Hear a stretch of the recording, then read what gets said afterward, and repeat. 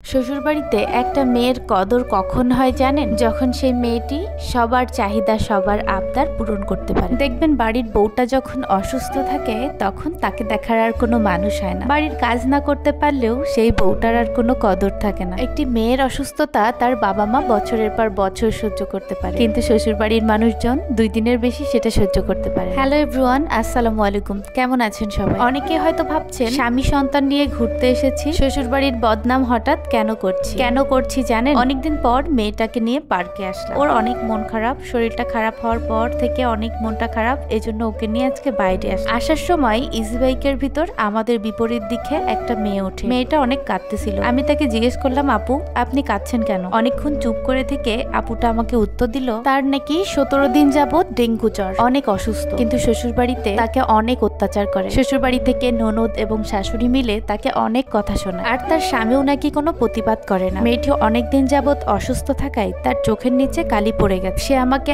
আরো বলল, আমার শাশুড়ি আমাকে খাইতেও দেয় না, খাইতে গেলেও খোটা দেয়, বলে যে রান্না করে খাও, নিজে রানতে পারো না তো অন্যের রান্না খাইতে আসো কেন? মেয়েটি আমাকে বলছে, জানেন আপা, এত বছর সংসার করতেছি, বাসার সব কাজ কাম আমিই করি, আমার ননদার শাশুড়ি বাসার তেমন কোনো কাজ করে না, তাদের কাপড় ধোয়া থেকে শুরু করে সমস্ত কাজই আমি করি, কিন্তু যেই আমি একটু অসুস্থ হই সে আমাকে বাবার বাড়িতে পাঠায় দেয়। অনেকদিন যাবত বলতেছে যে বাবার বাড়িতে যাও, কিন্তু আমি যাইনি। আমার আব্বা ইজি বাইক চালায়, সমিতির কিস্তি দিতে পারতেছে না, এর ভিতর যদি আমি গিয়ে উঠি তাহলে আমার চিকিৎসা কোথা থেকে করবে? মেয়ে মানুষ হলো শ্বশুর বাড়িতে কাজের লোক, কাজ করার মেশিন, কাজ না করতে পারলে এ দেহের কোনো দাম নেই, বুঝছেন আপা? মেয়েটির কথা শুনে আমার চোখে পানি এসে গেল। প্রত্যেকটা মেয়ের জীবনেই শ্বশুর বাড়িতে কোনো না কোনো ঝামেলা পোহাতে হয়। সব মেয়েদের কপাল আবার সমান না, তবে অধিকাংশ মেয়েদেরই এই সমস্যায় ভুগতে হয়। শ্বশুর বাড়ির এমন নিষ্ঠুর আচরণ দেখে অনেক মেয়ের তো ধারণাই এমন হয়ে যায় যে শ্বশুর বাড়িতে তাদেরকে শুধু কাজের জন্য নিয়ে যাওয়া হয়। আমাদের সমাজে এমন অনেক শিক্ষিত হয়েও মূর্খ পরিবার আছে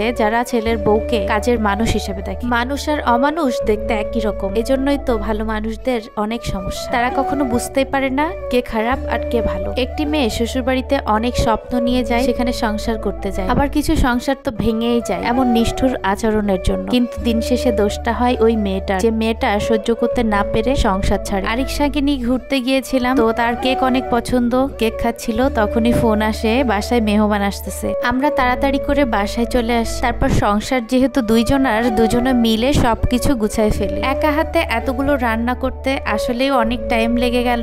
আসলে মেহমান আসবে রাতে, আমাদের টোনাটনির সংসার, মাত্র 3 জন মানুষ, এক্সট্রা কোনো মেহমান আসলে আসলে আমাদের অনেক বেশি ভালো লাগে। এটা যেহেতু আমাদের নতুন বাসা, তেমন কোনো কিছুই আমরা সাজিয়ে উঠতে পারিনি, তবে ইনশাআল্লাহ সামনে অনেক কিছু কিনবো সংসারের জন্য। প্রতিটা মেয়েরই স্বপ্ন থাকে সংসারটাকে সুন্দর করে নিজের মতো করে সাজানো। সামর্থ্য হলে একদিন ইনশাআল্লাহ নিজের মনের সব ইচ্ছা আশা পূরণ করব। এদিকে মেহমান আসতে দেরি করছে বলে গরুর মাংস রান্না করে আমি চুলার উপরে রেখে দিছি। বাসার অনেক কাজ করছিলাম আর ওই মেয়েটার কথা অনেক মনে পড়ছিল। স্বামীর বাড়িতে প্রত্যেকটা মেয়ে যদি একটু যত্নে থাকে তাহলে সে মনে করতে পারে এটা আমার নিজের বাড়ি। আর সংসার হলো স্বামী স্ত্রী দুজনেরই উচিত সুন্দরভাবে নিজেদের সংসারটাকে গুছায়ে সাজায়ে রাখা। সবাই ভালো থাকবেন, আল্লাহ হাফেজ।